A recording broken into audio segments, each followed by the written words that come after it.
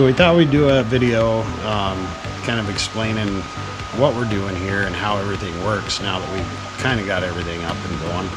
So we'll start with the big tank.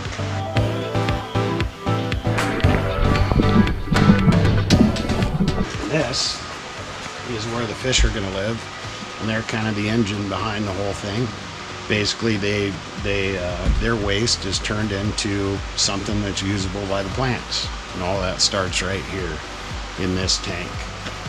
From that tank, everything flows into this solids filter, and what that does is basically takes all the solid waste that the fish produce out of the water, and I'm able to then drain that out, and I can use that I can put that back into the system later on, or I can use it for watering trees or whatever around the place here. But this water basically just swirls and the solids settle out to the bottom where I can get rid of them, and then from the top we take that clean water and it travels from the solids filter into what's called a biological filter. And inside of here there's a lot of surface area for bacteria to grow on, because that's important. You have to have enough surface area in the system in order to change the ammonia into nitrogen, so that the plants can use that, and the bacteria, good bacteria, do that.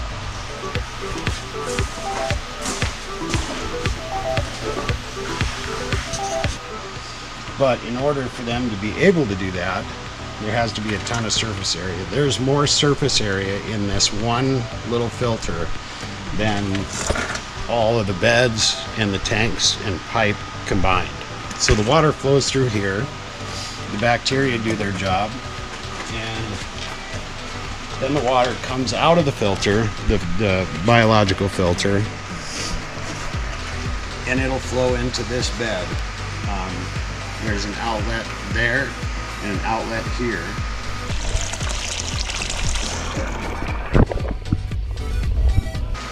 And all that water flows into this bed, travels down, jumps across down at the other end into the other bed, and flows this way.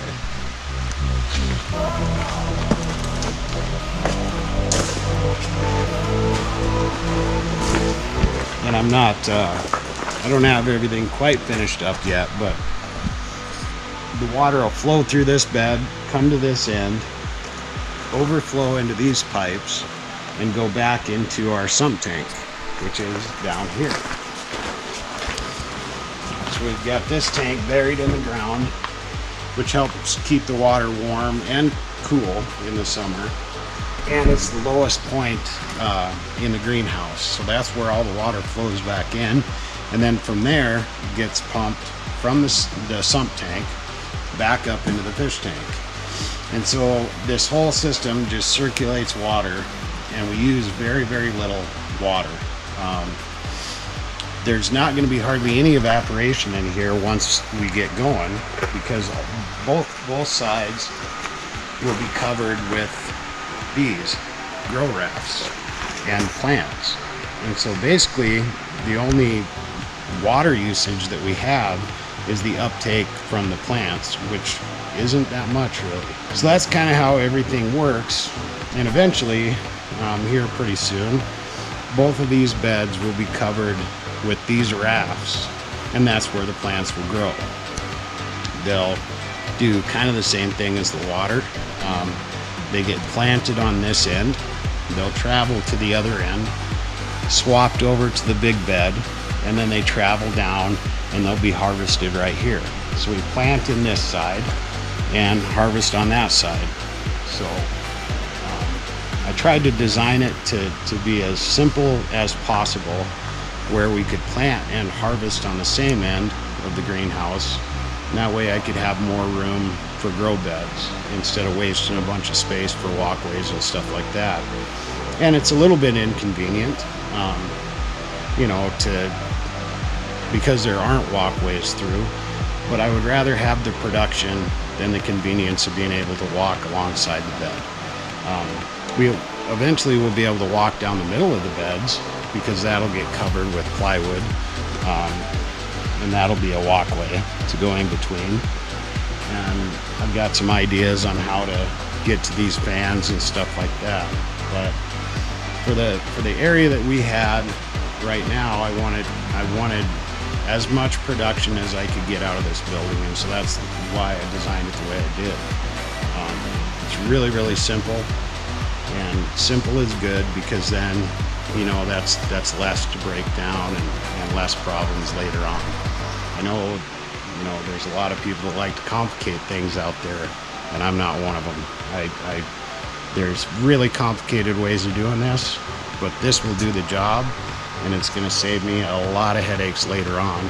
And anybody could come in here and run this, and that's the way that I wanted it to be. You know, I didn't want it to be super complicated. So, but that's kind of how everything works.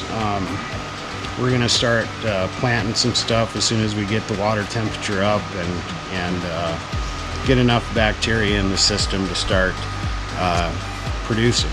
And so that's going to take us a little while to do, but not too long. And then we'll start planting, and I'm going to continue working and finishing some things up that I have to do and get this all cleaned out and you know, stuff like that. We've got to replace some plastic on the ends still, which will get done, and then we're up and running. So, but that's kind of how everything works.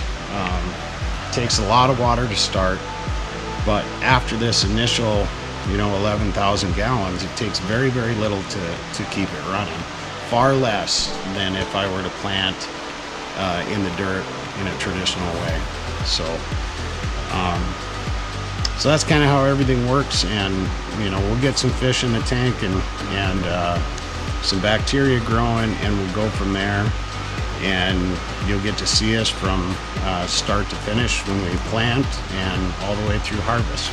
And we'll do a lot of different experimenting with different plants and things like that, but mostly for now we're going to stick with the leafy greens because they do really, really well in aquaponic system, and there's a shortage of that through the winter around where we live. So anyway, that's how it works. Pretty simple, and we'll show you more later on.